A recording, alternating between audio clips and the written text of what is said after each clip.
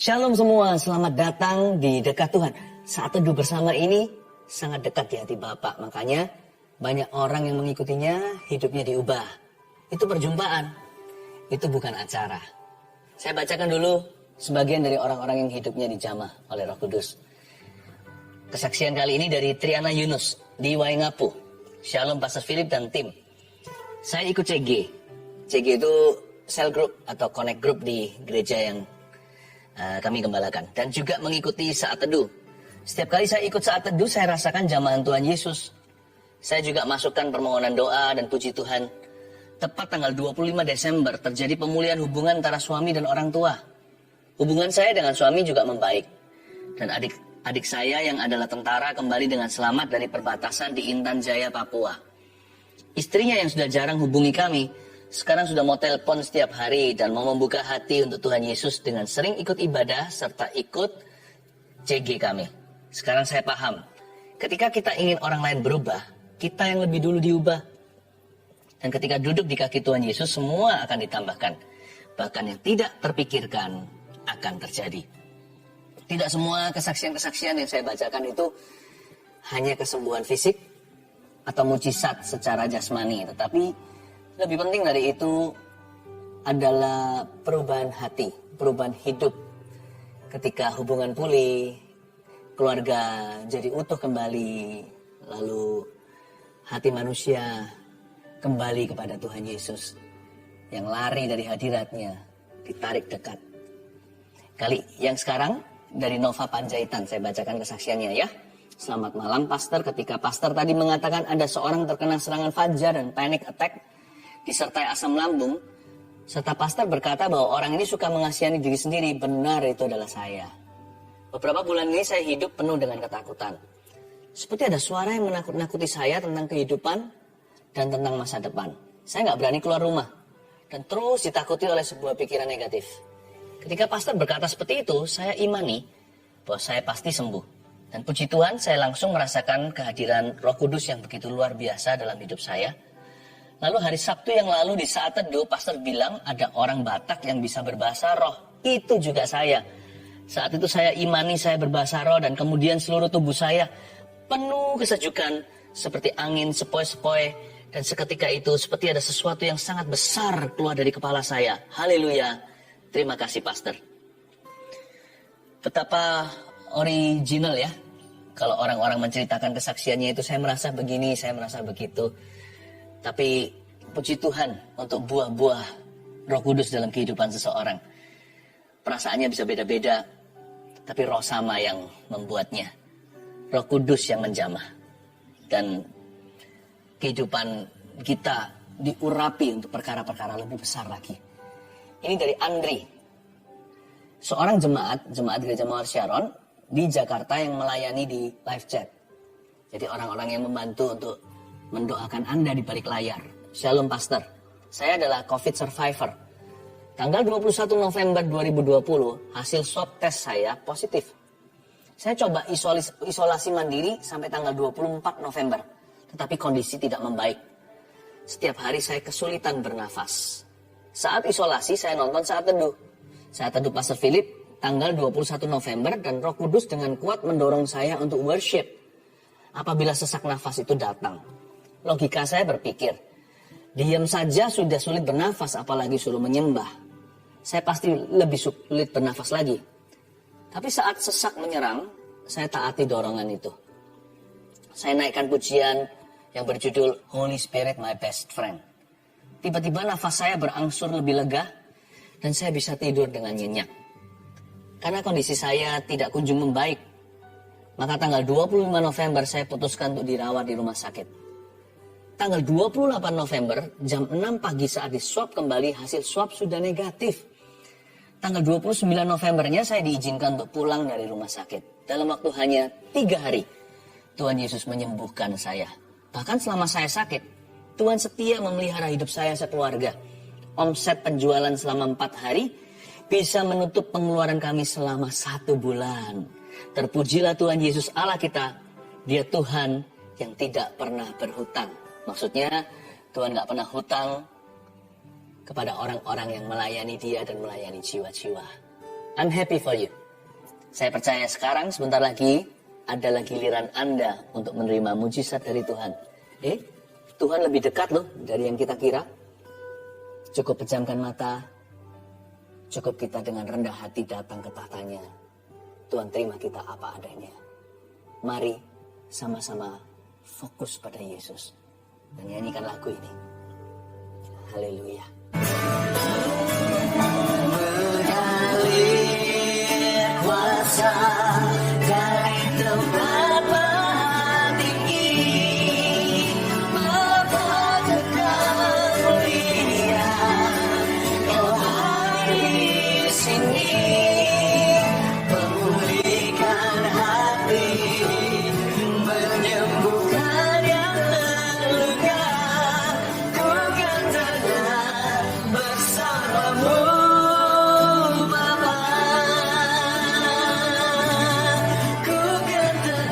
Bapa kekal mulia, Kau hari di sini. Memulihkan hati, menyembuhkan yang terluka. Ku kan tenang bersamamu, Bapa. Ku kan tenang bersamamu, Bapa. Ku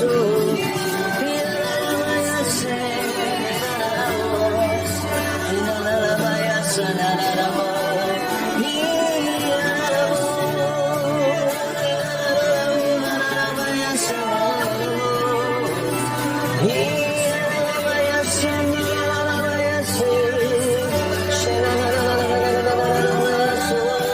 bersamamu,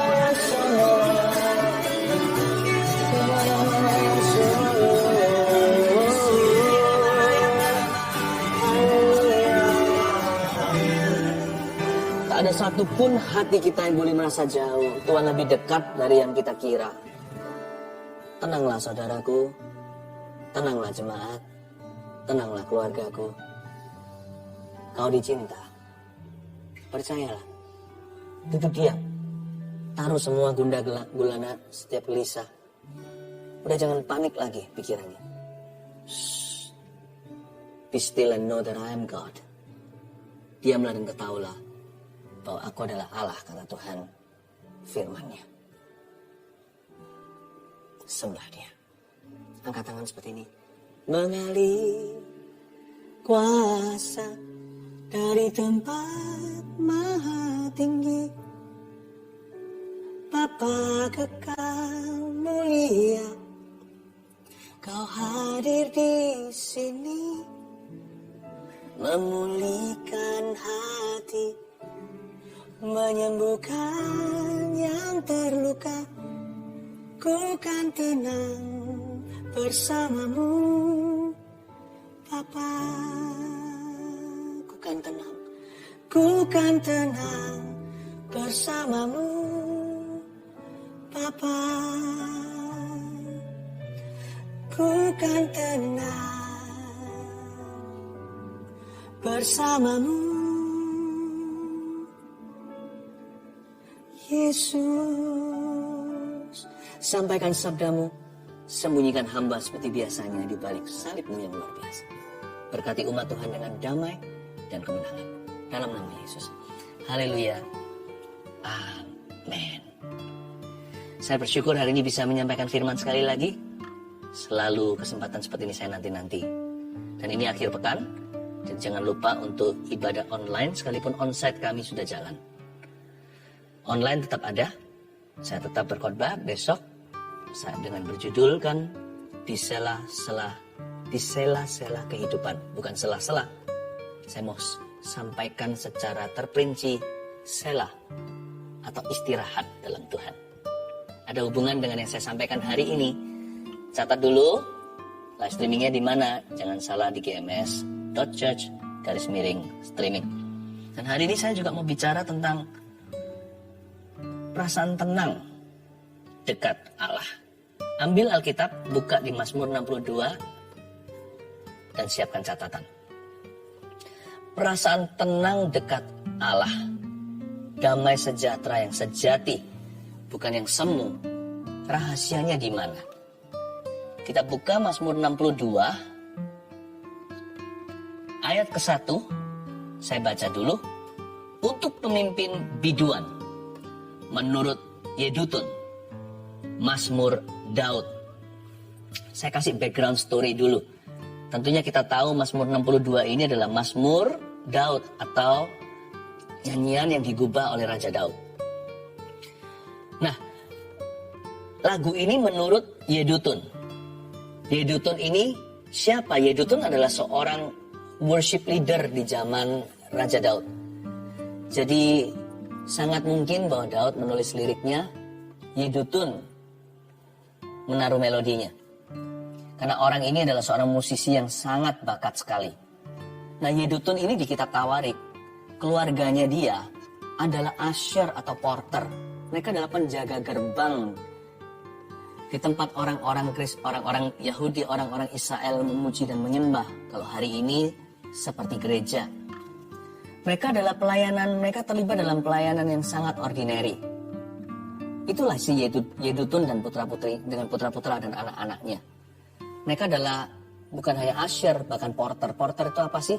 Kalau kita di airport, kita mau terbang, di luar sana kan ada banyak bapak-bapak siap untuk mengangkat koper Anda. Mereka adalah kuli bandara. Nah, itulah. Jadi ternyata Yedutun ini, sekalipun dia itu sangat mulia sebagai worship leader, WL, di zaman yang tiada duanya untuk puji-pujian, yaitu di Pondok Daud yang ternama. Namun demikian, dia juga terlibat dalam perkara sederhana. Anak-anaknya pun tidak pilih-pilih ministry. Saya kasih sedikit prelude dulu. Kalau orang yang mau jadi pemimpin, dia harus melayani lebih dulu. Kalau kita bisa melayani dengan baik, kemungkinan besar kita bisa memimpin dengan baik. Dan seorang pemimpin, gak peduli semulia apa, setampil apa pelayanannya, janganlah kita malu untuk pelayanan biasa. Seperti Yedutun ini, bahkan kalau perlu jadi kuli di rumah Tuhan, untuk membantu angkat-angkat kursi. Karena kalau kita itu bisa rendah hati kita mudah tenang. Karena damai sejahtera itu reservasi, hanya bagi orang-orang yang rendah hatinya. Saya seringkali menyebut bahwa humility is always the cousin of peace. Damai sejahtera atau perasaan tenang dekat Allah itu ternyata adalah sepupunya kerendahan hati. Jadi mulai dengan itu dulu. Kalau kita rendah hati di kaki Yesus, kita temukan damai sejati. Ayat yang kedua. Hanya dekat Allah saja aku tenang. Daripadanya lah keselamatanku. Hanya dialah gunung batuku dan keselamatanku. Kota bentengku, aku tidak akan goyah. Bagaimana caranya kita bisa merasa tenang ya? Tentunya harus dekat dengan Tuhan. Perasaan tenang dekat Allah, itulah satu-satunya damai sejahtera. Nah, kunci nomor 1 di sini adalah poin pertama. Memiliki Allah di dalam hati. Tulis, catat itu, memiliki Allah dalam hati. Bawa Tuhan kemana-mana. Nah, Daud bicara begini. Hanya dekat Allah saja aku tenang. Dia tahu bahwa itulah lokasi damai sejahtera. Dekat Tuhan, karena itu orang yang jauh dari Roh Kudus tidak tenang hidupnya. Orang yang melarikan diri dari hadirat Allah dan memilih untuk hidup bertentangan dengan firman, tidak bisa damai hatinya. Hanya dekat Allah saja aku tenang. Daripadanya lah keselamatanku. Hanya dialah gunung batuku. Perhatikan itu. Dan keselamatanku. Kota bentengku.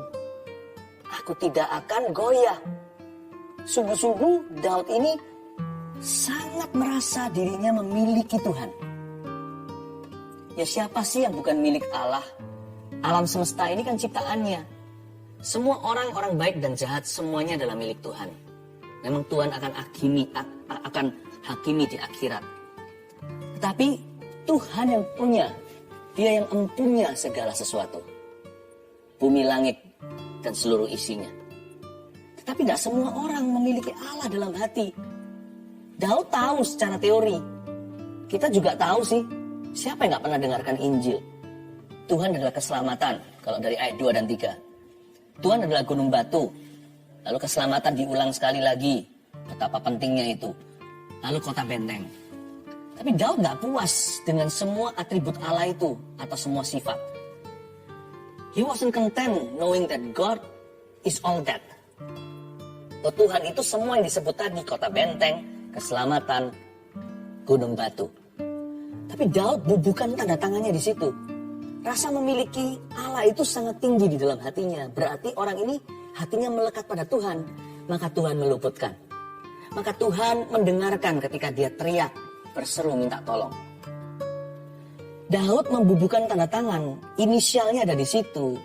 Dengan kata ini, di balik setiap atribut Allah atau sifatnya, gunung batu dia tambahin ku. Gunung batu, ku. Kota benteng, ku. Keselamatan, ku. Dia sangat memiliki sense of ownership atau perasaan memilikinya itu sangat tinggi. Lain cerita dengan Raja Saul. Raja Saul waktu ditegur ketika dia salah, dia nggak taat pada firman Allah.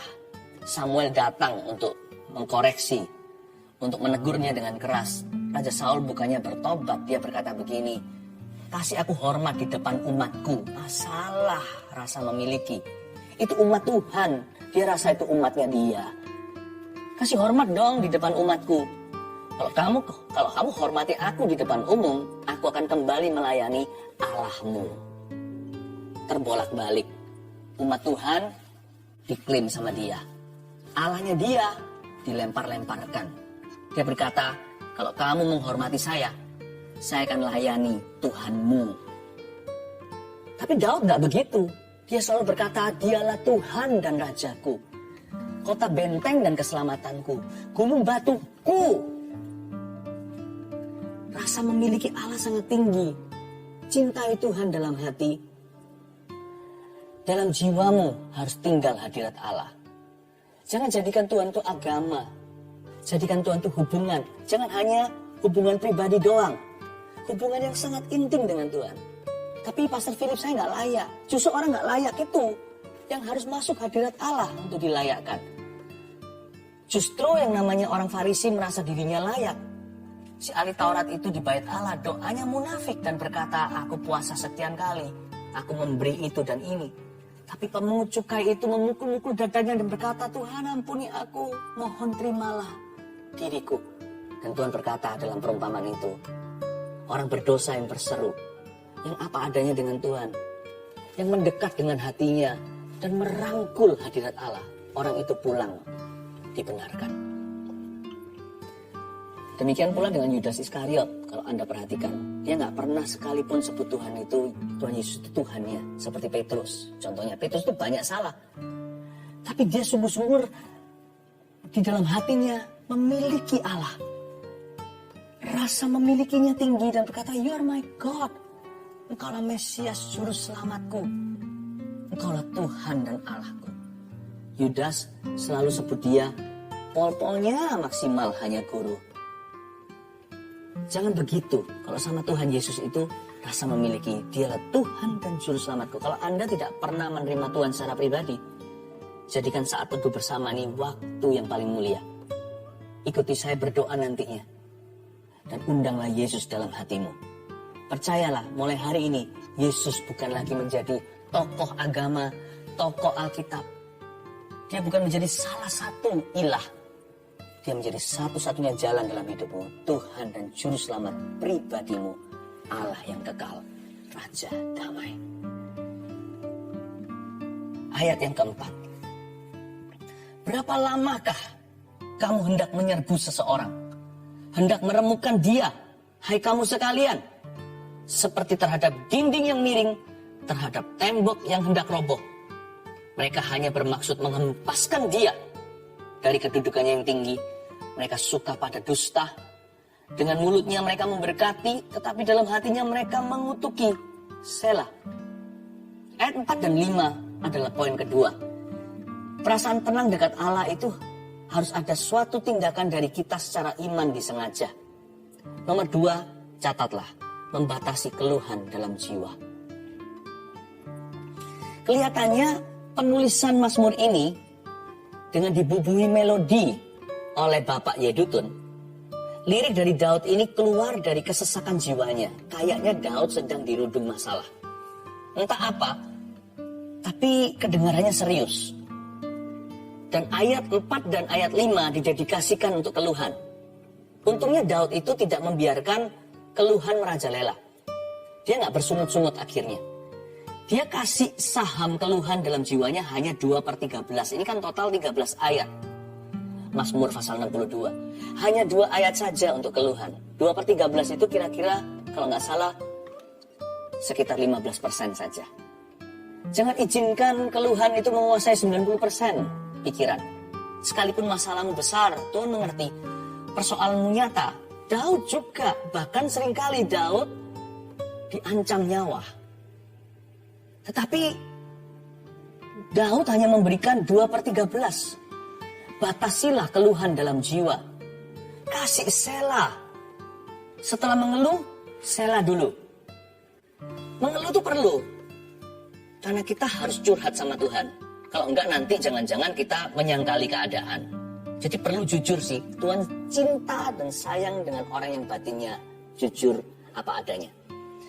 Tapi apa adanya bukan berarti kita kalah. Apa adanya bukan berarti kita terbawa arus. Apa adanya itu seringkali ala kadarnya. Kita curhat secukupnya, setelah itu berimanlah. Setelah itu akuilah firman. Setelah itu pujilah Tuhan. Ya. Saya belajar banyak bagaimana cara mengeluh.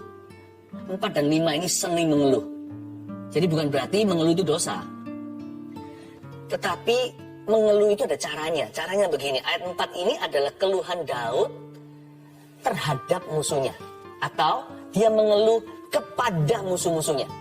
Boleh nggak kita mengeluh sama orang? Nah kalau contohnya kita di restoran nggak keluar nih makanan. 1 jam nggak keluar. Gimana kita juga bisa mengeluh. Tetapi jaga kata-kata. Mengeluh boleh, nggak perlu berdosa. Ini caranya Daud mengeluh kepada musuh-musuhnya. Namun dia tidak berdosa dengan mulutnya. Ayat 4 sekali lagi. Berapa lamakah kamu hendak menyerbu seseorang? Seseorang di situ adalah dirinya sendiri. Dia menaruh dirinya sebagai pihak ketiga dalam Mazmur ini. Anda boleh mengeluh, tapi hati jangan terlalu terbawa-bawa. Keluhan Anda meskipun untuk dirimu, jadikan dirimu yang mengeluh itu pihak ketiga. Seseorang. Berapa lamakah kamu, pihak kedua itu, hendak menyerbu seseorang? Hendak meremukkan dia, hai kamu sekalian. Kalian tuh mau saya hancurkan? Hai kamu sekalian seperti terhadap dinding yang miring. Aku ini gak kuat-kuat banget. Kekuatanku juga ada batasnya. Seperti terhadap dinding yang miring, terhadap tembok yang gak roboh. Seperti Daud itu bukan memohon, tetapi seperti dia itu berkata, tolong berbelas kasihanlah. Tolong pahami situasi. Tapi hatinya dia jaga. Dia tidak dengan mulutnya berdosa keluar sumpah serapah. Apalagi mengutuki mereka. Biar Tuhan yang mengutuki siapa. Biar Tuhan yang memberkati siapa. Tuhan meninggikan, Tuhan merendahkan. Tuhanlah hakimnya. Tugas kita hanyalah memberitahukan di mana keluh kesah kita. Di mana hak kita. Dan bagaimana orang lain menyalahi hak itu. Lalu serahkan penghakimannya ke Tuhan. Sementara hati ini tolong dijaga dengan segala waspada. Melekatlah pada Allah. Miliki Allah di dalam jiwa. Berapa lama kamu mau begini, bro? Kamu kok begitu terus sama aku? Kenapa kasar kata-katamu? Kenapa kamu fitnah saya? Saya gak begitu loh. Apa yang telah saya perbuat kepada kamu? Sehingga kamu membenci aku demikian rupa. David was reasoning. Dia sedang reasoning itu apa ya? Dia sedang menceritakan, dia sedang menjelaskan yang masuk akal. Dia sedang bukan berdebat, tetapi dia sedang bertukar pikiran. Dia jaga agar hatinya jangan terlalu panas supaya adem pikiran. Dia berkata, harusnya tidak begini loh. Apa alasanmu membenci aku? Aku ini dinding yang sudah miring, hendak roboh. Kamu kok tendang-tendang begitu? Dia nggak ngancam-ngancam. Dia tidak berkata, Tuhan hancurkan kamu, Tuhan balas kamu. Nggak ada begituan. Boleh mengeluh, harus bahkan. Tapi perhatikan caranya. Tidak segala cara dihalalkan. Hanya karena Anda yang benar, orang lain yang salah. Hanya karena tujuannya benar bukan berarti segala cara diterima. Lalu ayat 5 adalah keluhan Daud bukan kepada musuh-musuhnya. Keluhan Daud kepada Tuhan tentang musuh-musuhnya. Dia mengeluh tentang mereka. Mereka, sekarang dia berkata mereka. Tadi kan dia beritahu kamu. Sekarang dia pakai kata mereka. Mereka hanya bermaksud mengempaskan dia dari kedudukan yang tinggi. Ini dia bicara tentang dirinya sendiri. Mereka suka kepada dusta. Dia curhat sama Tuhan. Curhat sama Bapa. Dia curahkan hatinya. Gimana dia kesel sama mereka. Tuhan, mereka itu hanya bermaksud mengempaskan aku. Maksud mereka itu gak baik. Udah jelas sekali, ini bukan asumsi. Mereka memang mau aku jatuh. Pembunuhan karakter terjadi. Mereka suka kepada dusta yang mereka lontarkan itu loh. Daud itu bicara fakta. Dia nggak bicara perasaannya. Yang mereka sebar-sebarkan itu nggak benar tentang aku. Aku nggak pernah berbuat begitu. Aku nggak pernah ngomong begitu. Dengan mulutnya mereka memberkati. Tapi dalam hatinya mereka mengutuki. Daud jadi ingat waktu lagi pesta, atau lagi diundang ke rumahnya, atau lagi ada acara apa. Orang-orang ini manis-manis, cipika-cipiki, cium pipi kanan, cium pipi kiri. Tuhan berkata, tapi Daud tahu orang itu berbuat apa di balik layar. Ketika dia membalikan badannya, mereka menusuk dari belakang. Daud berkata, orang-orang ini Tuhan, mereka memberkati dengan mulutnya. Tapi dalam hatinya mereka mengutuki saya. Daud nggak suruh Tuhan, Tuhan, kau harus begini. Kau harus bela dengan cara begini. Biarkan mereka bernasib demikian. Dia nggak suruh Tuhan begini dan begitu. Coba kalau Anda baca ayat 5. Dia tidak membuat konklusi. Dia hanya mencurahkan hati. Lalu serahkan ke tangan Tuhan. Lalu dibubui, berikutnya bukan dibubui, ditutup dengan kata Selah. Udah, enough is enough. Kalau Anda mau tenang dekat Tuhan, jangan panik seenaknya. Jangan marah kesumat. Miliki Allah dalam hati. Lalu setelah itu, batasi keluhan dalam jiwa. Ayat yang ke-6. Hanya pada Allah saja kiranya aku tenang. Sebab daripadanya lah harapanku. Hanya dialah gunung batuku dan keselamatanku. Kota bentengku, aku tidak akan goyah. Repetisi. Apakah Anda sadari? Diulang lagi dari ayat yang ke-2 dan 3. Tapi kalau kita baca dengan seksama dan teliti, ini 1 oktav lebih tinggi. Awal mulanya di ayat 2 dikatakan hanya dekat Allah saja aku tenang, daripadanya lah keselamatanku. Kalau bisa selamat udah pas-pasan. Itu rescue. Seperti orang sedang berada di rumah kebakaran, lalu setelah itu ditolong oleh pemadam kebakaran. Lalu digendong keluar anak kecil, nenek tua. Selamat aku, haleluya. Daud sudah ada di level itu. Kalau seksama kita baca ayat 6 bunyinya, hanya pada Allah saja kiranya aku tenang, masih sama. Sebab daripadanya lah harapanku. Tiba-tiba secercah harapan setelah dia keluh kesah, gundah gulana. Ketenangan itu cikal bakal pengharapan. Kalau Anda tenang dulu, pengharapan bisa masuk kemudian. Dengan mudah Tuhan bicara, memberi janji yang baru. Ini 1 oktav lebih tinggi. Lalu muncul kata-kata yang sama tadi, gunung batuku, kota bentengku, keselamatanku. Dengan dibubuhi ku di akhir setiap atribut dan sifat Allah. Dia berkata, itulah Allah saya, itulah Tuhanku. Daud itu percaya pada Tuhannya. Dan kepercayaannya bukan teori doang. Dengan segenap hati. Daud GR dulu. Gak apa-apa sih. Mending GR daripada ragu. Ayat 8. Pada Allah ada keselamatanku dan kemuliaanku. Gunung batu, kekuatanku, tempat perlindunganku ialah Allah. Ayat 8 sekali lagi, pada Allah, with Him. Tuhan itu begitu. Lalu dia lay claims to His Lord and God. Dia berani mengklaim apa yang jadi hak warisnya sebagai anak Tuhan, umat Tuhan, dan orang pilihan Tuhan. Boleh nggak kita mengklaim sesuatu dari Tuhan? Boleh. Sangat-sangat boleh. Asal itu tertulis dalam firman dan memang itu sifat Tuhan. Klaimlah. Karena kita berhak untuk percaya. Boleh kita percaya. Percayalah. Tapi janganlah kita menuntut. Kita berhak percaya, bukan berhak menuntut. Tapi percaya, nggak ada batasnya. Percayalah sekeras-kerasnya. Percayalah sepenuh-penuhnya, segenap-genapnya.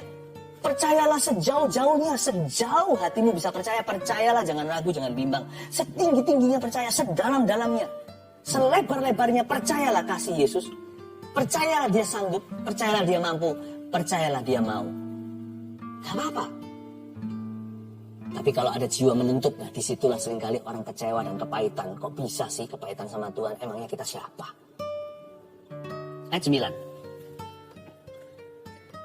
Percayalah kepadanya setiap waktu, hai umat. Curahkanlah isi hatimu di hadapannya. Allah ialah tempat perlindungan kita. Selah. Berubah lagi nih. Sekarang Daud berada di posisi pemberi. Dia mengajari dan dia bicara ke umat Tuhan. Hei umat Tuhan, hai jemaat, percayalah kepadanya setiap waktu. Berubah dari yang awal pertama, dia memiliki Allah, dia mengakui Tuhan, lalu dia mengeluhkan kepada Tuhan tentang musuhnya, lalu mengeluh langsung kepada orang-orang yang dia bisa. Orang-orang yang bisa dia tegur. Tapi sekarang tiba-tiba dia jadi pengajar. Gimana sih ini? Gini loh, di ayat 9 ini Daud sudah mengalami kemenangan dalam jiwanya. Dia sudah tenang dekat Allah. Karena hatinya dekat. Ya, kan hatinya dekat dengan Tuhan dan sudah fokus hatinya nggak ke situ. Pada kekecewaan, ketidakadilan yang dia rasakan, gimana perlakuan manusia atau situasi kondisi keadaan meskipun masalahnya masih ada. Kan ini doa, ini nyanyi. Kan di luar sana mereka masih merencanakan yang bukan-bukan. Mereka masih mau melakukan sesuatu yang jahat kepada Daud. Tetapi Daud sudah menang sih. Dalam rohnya dia sudah victory. Percayalah kepadanya setiap waktu, hai umat. Dia taruh dirinya sebagai pengajar. Curahkan isi hatimu di hadapannya ya. Allah ialah tempat perlindungan. Selah. Tempat perlindungan kita, selah. Yang ketiga, perasaan tenang dekat Allah. Yang ketiga adalah melayani kebutuhan jiwa-jiwa. Paling tenang itu ya, kalau kita sudah menang. Lalu kita bisa melayani orang lain dan memperhatikan kebutuhan orang lain. You know, ministry is very good for you and me. Pelayanan itu baik untuk kita loh. Pelayanan jikalau dijalankan dengan benar, dengan sikap hati yang benar pula, akan mendatangkan damai sejahtera. Makanya pelayanan bisa jenuh itu salah fungsi ministry dalam hidupmu. Ada orang berkata, aku harus jaga diri supaya bisa melayani. Salah. Ya iya betul, kita harus jaga diri. Tapi sebenarnya sejujurnya pelayanan itulah yang menjaga kita. Gara-gara kita pelayanan kita takut jatuh dalam dosa. Nanti orang pikir apa? Itu bukan takut akan manusia loh. Tapi takut untuk menjadi batu sandungan. Itu salah satu daripada kekang pelayanan. Betapa indahnya ministry protects us. Pelayanan itu membuat kita itu jadi lebih stabil orangnya dan hidupnya. Jadi kalau kita mau betul-betul mendapatkan rasa tenang yang sejati dekat Tuhan, harus pelayanan. Pelayanan nggak tentu harus yang formal atau apa, minimal peduli dengan orang lain. Selama masa pandemi, terus terang saya beritahu, saya dan tim, kami merasakan sukacita, damai sejahtera. Mau tahu kenapa? Karena kami melayani Anda. Kami tidak melulu mikir tentang diri sendiri, ketakutan, jangan sampai nanti sakit. Kita juga jaga diri. Tapi kita tidak biarkan pikiran kita fokus hanya ke situ melulu. Kita mikirkan dirimu. Saudara-saudaraku jemaat tercinta. Itu membuat kita sukacita dan menambah damai sejahtera, membuat hidup kita itu tenang. Karena Tuhan tidak mungkin akan membiarkan kita. Karena kita diam-diam di hati ada perasaan begini loh. Tuhan yang punya kepentingan kok atas hidupku. Karena hidupku jadi alat, jadi instrumen kasih karunia-Nya. Masa Tuhan akan serahkan saya? Masa Tuhan akan serahkan kami? Pelayanan membuat kita jadi percaya diri dan percaya Tuhan lebih lagi, menjadi confident orangnya. Ya, itu dia. Karena itu janganlah biarkan dirimu menganggur secara rohani ya, sekalipun mungkin ministry nggak seperti dulu, belum terbuka social distancing hari-hari ini. Tapi sebenarnya bisa loh.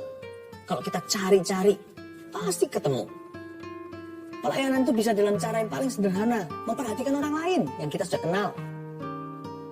Termasuk keluarga terutama. Kita bisa memperhatikan sih itu gimana ya. Bisa saya doakan nggak hari ini ya. Saya rasa orang nggak akan menolak doa di zaman-zaman seperti ini. Pelayanan nggak harus formal. Pelayanan itu selalu personal. Bisa kok. Buktinya kita kalau mau cari-cari salahnya orang aja ketemu. Masa cari-cari pelayanan nggak bisa? Pelayanan itu bukan tampil. Roh tampil itu bukan pelayanan. Meskipun pelayanan juga ada sebagian yang harus menampilkan orang. Tetapi pelayanan itu adalah beban. Beban ilahi. Supaya hidup kita itu menjadi berkat buat orang lain. Supaya orang lain ditolong karena kita. Pelayanan adalah roh pembantu. Kita ingin membantu. Saudara-saudara kita ingin membantu tetangga kita. Setelah menang ya, ayat 10 Anda perhatikan, indah sekali. Hanya angin saja orang-orang yang hina. Suatu dusta saja orang-orang yang mulia pada neraca mereka naik ke atas. Mereka sekalian lebih ringan daripada angin. Apa sih? Lihatlah, hanya angin saja. Mereka sekalian lebih ringan daripada angin. Beda ya nafasnya sama ayat 1, 2, ayat 2 dan 3 dan sebelumnya. Apalagi ayat 4 dan 5. Berat rasanya dia itu lagi mengalami tekanan dalam batinnya. Ayat 10, ringan. Kayak angin aja.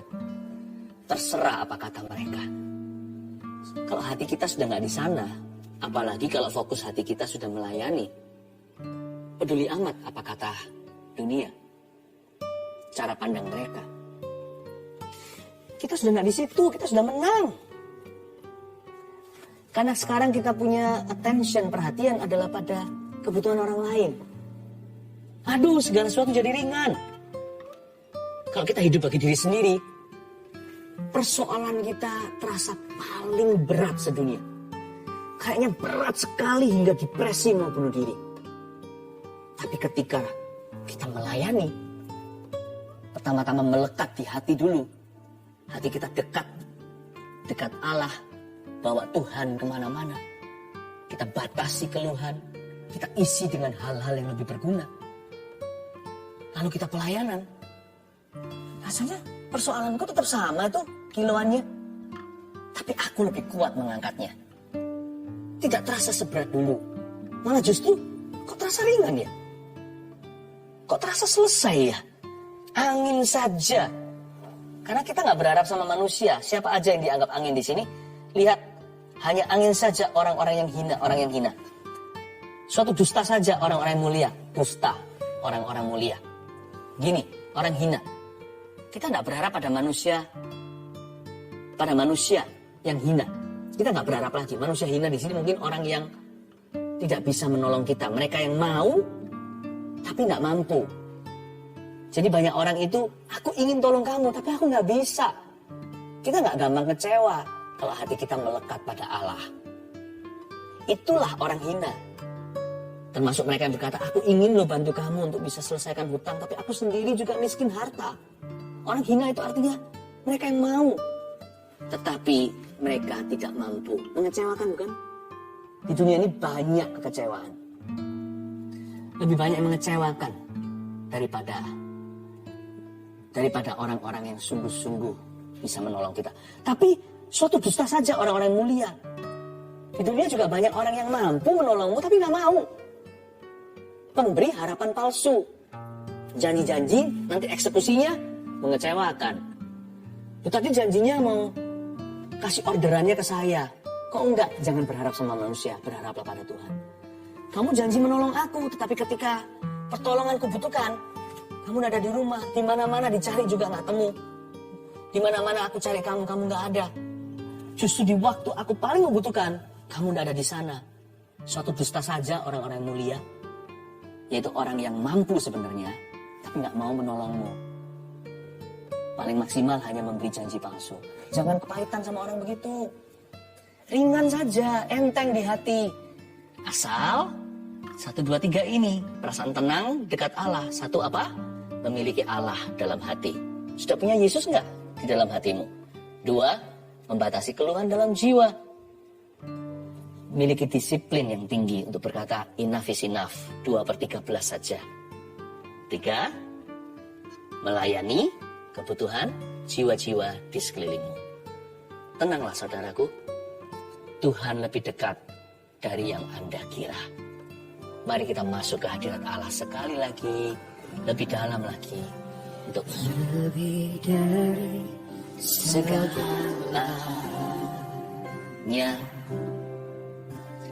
Ku berharap padamu. Lebih dalam lagi, masuk. Lebih dari para penjaga, mengharap fajar pagi. Begitu rindu hatiku berada dekatmu. Alangkah dalam kasih-Mu memenuhi hidupku.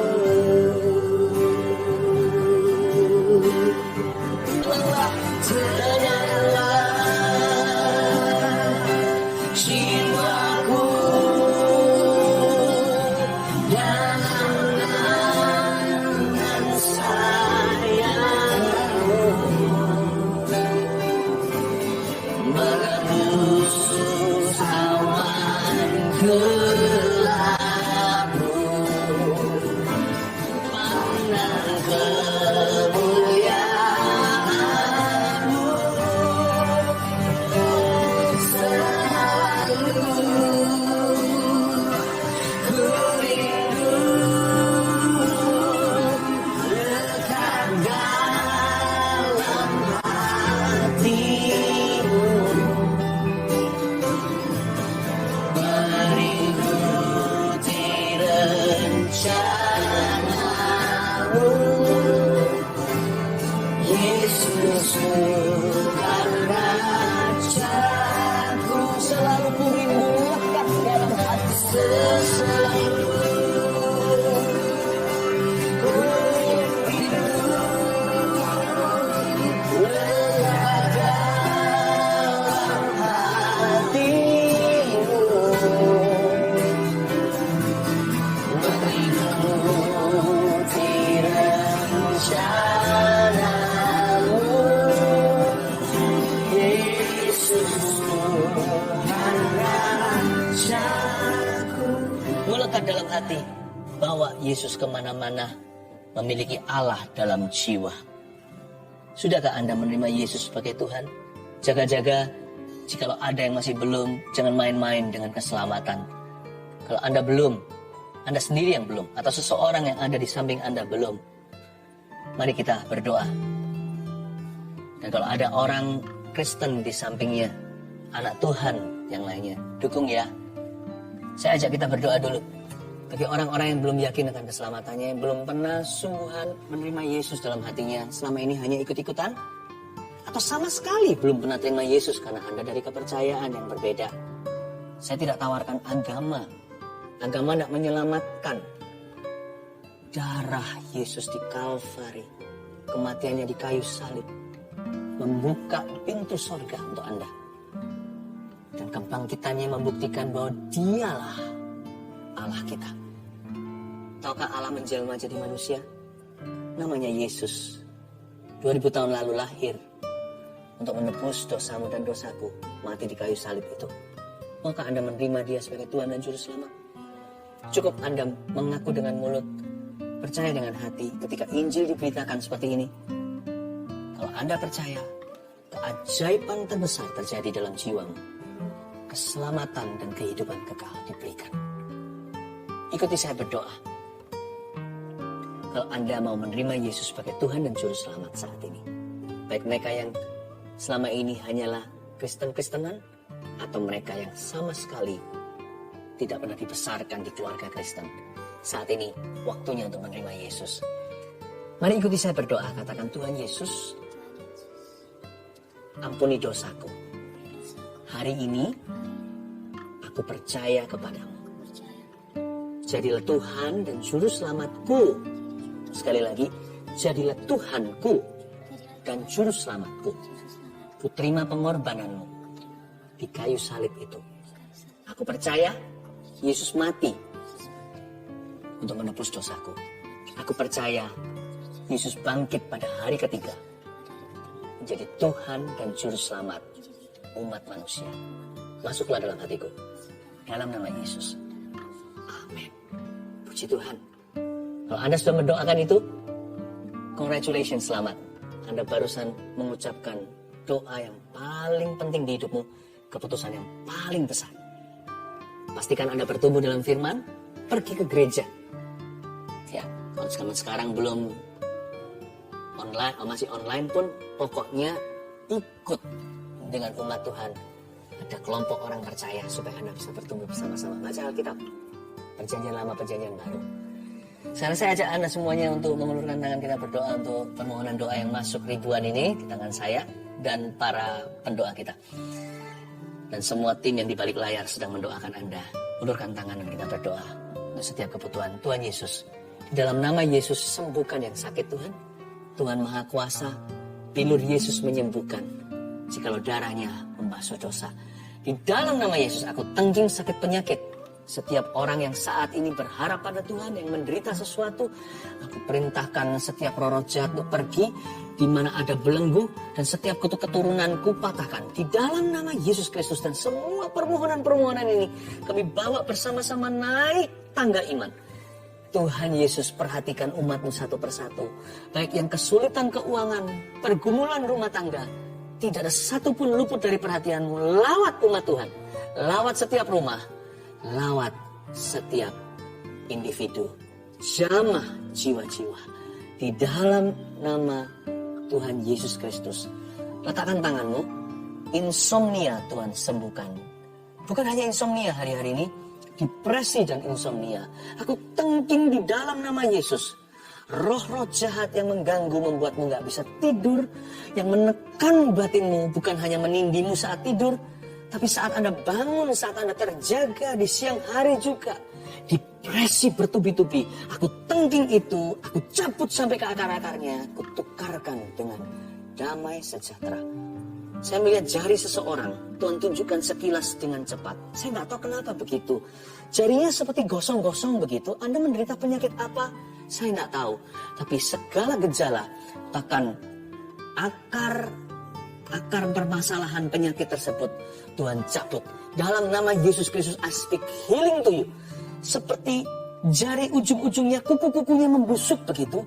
Tuhan sembuhkan saat ini juga. Seketika bahkan keajaiban terjadi. Bukan hanya apa yang merupakan penyakit dalam itu disembuhkan, tapi gejala luarnya, apa yang busuk sekarang jadi baik. Detik ini secara instan, I speak healing. A miracle is happening to you. Sebuah mujizat terjadi padamu. Kulitmu kembali normal, kuku-kuku itu juga. Sekarang seketika juga, di dalam nama Yesus tidak ada yang mustahil bagi Tuhan. Tuhan sembuhkan. Terima kasih Tuhan.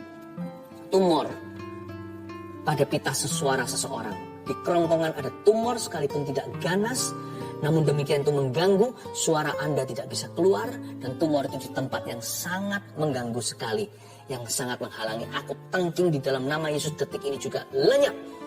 Tumor pergi, jadi jinak, dan jadi lenyap di dalam nama Yesus. Haleluya, haleluya.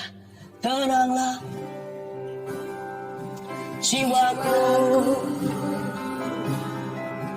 dalam naungan sayapmu,